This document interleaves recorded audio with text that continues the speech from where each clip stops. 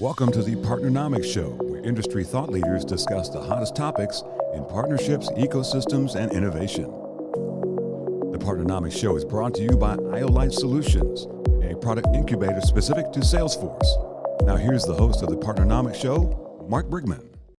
Welcome back to the Partnernomics Show. It's good to have you guys with us again today. And we've got an awesome special guest. Cool guy, cool company, cool technology. Man, I've really enjoyed the opportunity to get to meet you, Rick. Rick Bosch, the founder and CEO of Channext. Rick, how are you doing today? I'm doing well, Mark. I'm super excited to be here today to record this podcast together. Well, I was going to say, good afternoon to you and good morning to me. It's so awesome, man, with technology to be able to meet people, talk to them in real time halfway across the world. But thanks for spending some time. And I've really enjoyed our different conversations that we've had, getting an opportunity to learn more about your business, what you guys are doing. And I'm looking forward to having our listeners have an opportunity to hear more about Channext and the great stuff that you guys are up to. But Mary Rick, if you wouldn't mind, I'd love to just kind of dig in and share with our viewers that might not be familiar with you. Who is Rick? Who is Channext? What are you guys up to? Yeah, thank you for that introduction, Mark. And indeed, always a hassle as well to figure it out with all the time zones, right? We're here in the Netherlands and then together with the US. My name is Rick. I live in Amsterdam, the Netherlands. Our company is based in Utrecht, actually, and I got into partnerships. I got acquainted with it at a very young age already. A lot of my family members have worked in the channel. My father worked at Apple and then had his own companies, always related to channel with vendors, distributors, and partners. So it was really a regular topic at home, so to say. And then when I started my first company, when I was still in university, I founded a marketing agency where we helped vendors to execute marketing on a partner level. So that's where I really got acquainted with it more. And then indeed now 4 years ago, I founded Channext, which is a partner success platform to guide your partners through the full partner journey. So enablement, marketing, selling together, and make sure that you really help them in the best way to become successful. Awesome. All right, man, we're ready to do this. I'm ready to fire away some questions. Let's go. All right, let me hit the clock. Let's get this thing going. Question number one, partner marketing. Such a critical topic. And so many times, we have some companies out there that are learning, fumbling, those sorts of things. Give us the cheat code. What are some of the biggest, mistakes that companies do in the topic of partner marketing? Yeah, I think the first one is one that I made myself a lot in the beginning as well. And that was having the mindset of if we build it and create it and we put it in a portal, they will come. But the reality is that partners are not coming actually. And what we saw a lot was we were creating all those assets, we were helping the vendors, but then when we were completely relying on the partner to come and then refurbish the content and publish it on their own website, their social media, etc., that hardly ever happened. Even more, we only saw that less than 10% of the partners were actually using the marketing assets that were available. And that always felt very painful because you put a lot of budget and resources in creating all those assets and campaigns, but then only a fraction of your partners is using it. So I think that's really the number one that I always, that I see happening a lot, but which is also, I think, one of the most painful ones. So whenever you look at like companies that do partner marketing well, kind of the top 10%, the top 20%, the ones that do it well, what's the recipe? What are the common traits or common ingredients that goes into doing it well? I think the most crucial one is make it as easy as possible for your partners to participate in your marketing activities, and maybe even get it as far as, like we always call it, set it and forget it. So the partner just they opt in for all your campaigns, and then from there on you actually help them to proactively publish it to their socials, to their website. But I think a very big part of that, and that's also a bit of our background here in EMEA, for example, is also a part of making it as easy as possible can be things like co-branding, that it's very easy for a partner without anything for themselves to do, to download that asset with their own logo, to publish it to their end users, but also very important to think about language. Because, for example, here in Europe, we have France, we have Germany, and there they only speak in their own language, and they never post anything on their LinkedIn or on their website or communicate to their end users in English. So already you're losing almost all those partners, and oftentimes some of the biggest markets of many vendors. So that's a thing I always really advise, like go the extra mile, invest a little bit extra in translating the content to your largest markets, and that already creates a significant uptick in partner marketing engagement. Well, Ricky had mentioned like co-branding is, I mean, do you find whenever you give the opportunity for easy co-branding that you get a significant higher participation in those different initiatives? Yeah, that's definitely something that helps. So there indeed to make it easier, but still I think there are a lot of software that like where you can co-brand easily, but that still requires the platform to go into the software and then do it themselves. But I think the big mindset shift is, okay, how can I wait for my partners to come to me, but how can I integrate with the marketing systems of my partners and then publish the social posts and the website landing pages to them versus waiting for them to come. And that's what partners love, because they are looking for that their life is being made easy. They do want to remain in control. So if you start with such automation, you need to make sure that the partner can always edit the campaigns, or they can say, I don't want to participate in a specific one. But for the rest, the more you can automate and the more you can provide it in their local, whether it's their local language or local vertical based content, etc., the better utilization you will see. Yeah, we talk about making in products and solutions building, making the easy button or making the easy button bigger. Same holds true for partners, right? You want to make the easy button as big as possible for your partners so they can, jump in and participate in your programs and continue to go out there and do the great things that you have in there. All right, let's go ahead and fire away the second question, and that is around segmentation. What is the power of segmenting not only your markets, obviously we've been doing this in marketing forever, but also segmenting and how that works in with your partners as well? I think that's one of the most crucial things to do. I think if you start thinking about a partner program or scaling your channel, you need to start with the end user. So what's your ideal customer profile? Who are you going to focus on? Maybe those are specific verticals. It can be healthcare, it can be education, but it can also be certain company sizes, so more mid-market focus or more of an enterprise focus. And once you know that from your end user, then it's very important that you start to know from the partners that you are recruiting or that are already in your partner base, what are they actually focused on? Because then you know, okay, we want to go all out in the next fiscal year on education.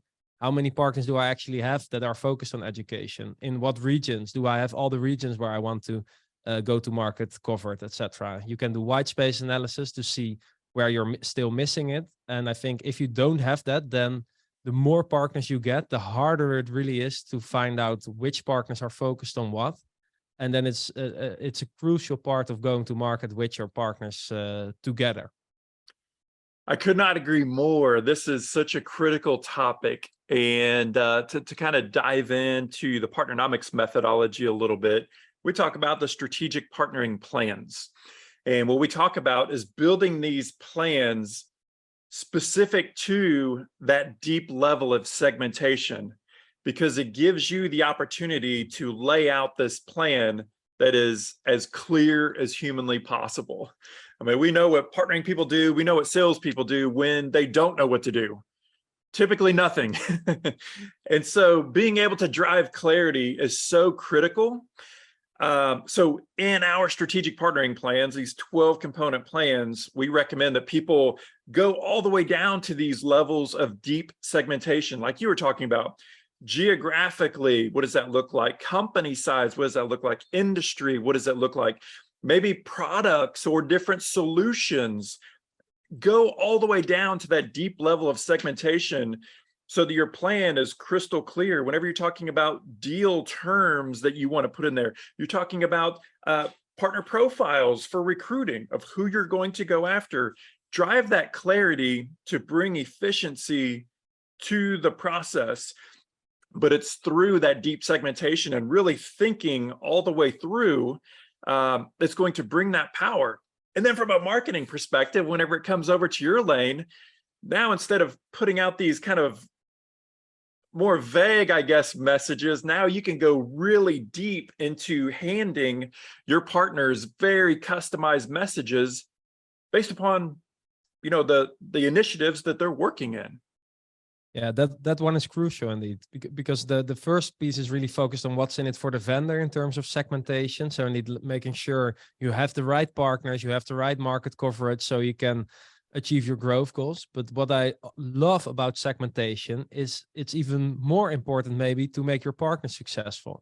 Because one of the big things that's really important if you go to market with partners is it's all about engagement and enablement to drive them to self-sustainable revenue. And a lot of partners are overwhelmed with a lot of the vendors they work with because they get into a portal, for example, where they get all the content at once. Well, most of it is not relevant for them. It's either on verticals they're not focused at, it's products that they are not selling. So if you have segmented your partners properly, you can provide them only with the type of content, whether it's training, whether it's marketing, sales enablement, that's relevant for them. So you make a super personalized partner experience, which leads to more engagement, better enabled partners, and more sales and revenue. Yeah, definitely a superpower, man. That is an important topic. Number 3, this is one that's near and dear to my heart because I enjoy solutions-based partnerships so much and product and solutions building. But let's talk about the pivot. Right? A lot of times, you know, we talk about the pivot. When do you pivot a strategy? You know, whether it's, you know, that strategy inside of partnerships, sometimes it's product related. We have to take a turn. You guys at Channext had a pivot. Tell us, you know, about that story. Tell us about that example. Yeah, thank you for that. And I think indeed what the pivot we've been through was shifting from being just partner marketing focused to being full partner management focused, which includes enablement, marketing, and selling together with your partners. And I think one of the things, if I analyze like how the pivot happened, I think one of the crucial things is always to stay true to your vision that you had from the start. So with us, I think I'm not going to pitch it here, but very briefly, Channext, the big differentiator is towards channel partners is that it's one interface to manage all your vendors. So you don't have to go to separate portals, but really it's one interface where you can manage it all. And the big thing that we started with was marketing. So make sure that they could run all the campaigns with all the different vendors, but also that you could do alliance campaigns. So vendors that work well together, that's also cascaded throughout the channel. But the end goal was always towards the partners, like how can we make their experience as good as possible, which at first starts with marketing, but how convenient would it be for them to have lead and deal registration all in one place, to have training all in one place. So I think that was it from the get-go, but the first 3 years were purely focused on partner marketing because that was closest to where I was in business with my marketing agency. But it was also the biggest loophole because there was so little engagement on the marketing side in the channel. And I think from there on, we started building your product gets better, but also you get more and more feedback from the market and from the customers, of course. And that was a bit like that came together towards our pivot. So it was always our dream to work towards that. But then like 1.5 years ago, we started getting questions like, hey guys, we're doing this, and that now in Channext. It would be great if we could also do the lead and deal registration there. It would be great if we could also have our content library in a central place for our partners, and we don't have multiple tools for them. And so that really came together, which led indeed to now the full pivot of really what we call partner success platform. So it's partner management, but then with a success aim at it, where we measure everything, every interaction with every partner, with end users, etc. So you really get a 360 profile about them, and that was how our pivot rose. I love how you talked about, you know, having your customer top of mind, and you want to build a solution for them, right? That's what entrepreneurs do. They see an inefficiency in the market. They see a better way to address this inefficiency, and then, you know, out comes a company, right, that's going to address that. But it's one thing to evolve a product because we all do that, but I think it's another thing that you guys came to where you're like, you know, we're heading down a path that's not bringing the level of efficiencies for our customers that we want. And you guys rebuilt your platform. That's a pivot. That's significant. That's not cheap. That's going big and staying true to your vision. And I love that because, man, I've seen too many times. It takes a lot of courage. It's to do that. And so many times we end up having our businesses or our solutions or our products kind of own us instead of us own it, right? And driving those to deliver the value and the vision that we have in mind. So, kudos to you guys for doing it right, because those are never easy decisions. But if you are maniacally focused on your customer to deliver the best experience and the best solution that you can, you've got the conviction to do it right. So good for you guys. Yeah, I fully agree. And I think that's very closely aligned indeed with staying true to that vision. So for us, the vision really was put the partner experience first in everything we do. So we kept talking to partners. We kept asking them, and like one of our messaging into the channel partners was like, hey, are you also fed up with going to the portals all the time and you have multiple places to go, etc. And then now we have marketing automated for you. But then at a certain moment, Channext started to grow and we got more vendors and more partners aligned. And then all of a sudden I was realizing, oh my God, now we have one partner who's already having 4 separate Channext accounts on 4 separate subdomains. So we're heading into the right direction. So I got to the team and I was like, sorry guys, this was 3 years ago. Sorry, but we need to throw away the old platform because we're doing the same thing as which we're opposing towards the channel partners. So it was definitely a tough decision because we knew from our vision how important it is for the partner to really have this one place and not have all the inefficiencies around it. It made us have the conviction to go for the pivot. Yeah, good for you. Last question I'm going to fire at you. That is that's a pretty good segue to that. A lot of talk, a lot of chatter that we see out on LinkedIn about recruiting and partner recruiting, and more specifically, the correct number of partners. I have strong feelings on this topic, but I will pose the question to you. What's the right number of partners to have, or how do we even start to answer this question? Yeah, I love that question. And indeed, there's a lot of chat going about it on LinkedIn as well, which is giving some good discussions. I think it's a very delicate question, like how many partners should you recruit or where should you go? But I think if there's one thing very close to my heart, you should absolutely not recruit many partners if you don't have the program in place yet to make your partner successful. Because what you'll get then is what I always call the partner engagement gap, is you keep pouring in more partners, but you're not able to enable and engage them. So during the period of time, they're actually already dropping out again. And that's one of the painful metrics I hear time and time again. In the average partner program, 80% of the partners is inactive, which means that from every 100 partners you are recruiting, 80% is dropping out, oftentimes without generating any revenue. So we're wasting so many resources on it. And I think that's very painful. Yeah, I would say at least 80%. And the thing about partner recruiting, like a lot of investments that we make, the costs are always guaranteed, but the revenue never is. And so we have to be really smart about how we do that. And, I think when it comes to this whole question around how many partners, should we have, there's no one size fits all to a lot of these different questions that are being posed in the partnership space. So first and foremost, what program are you talking about? Is referral programs, alliance programs, co-sell, resell, ISV, whatever. Or on the tech side, technology partners, a lot of those relationships are one-to-one. You only have one partner that's helping you execute this particular strategy that you have. Obviously, on the referral side, you could have dozens, hundreds, thousands, tens of thousands for organizations that are large enough. Are you an SMB like we were talking about? Do you have 20 employees? Do you have 100 employees? Are you Microsoft where you're bringing on 10,000 partners per month? There's no one size fits all. So that the question needs context, first of all. But yeah, fully agree. You're exactly right. And that is, don't bring on any more partners than you can manage. Don't bring on any more partners than you can facilitate to be successful.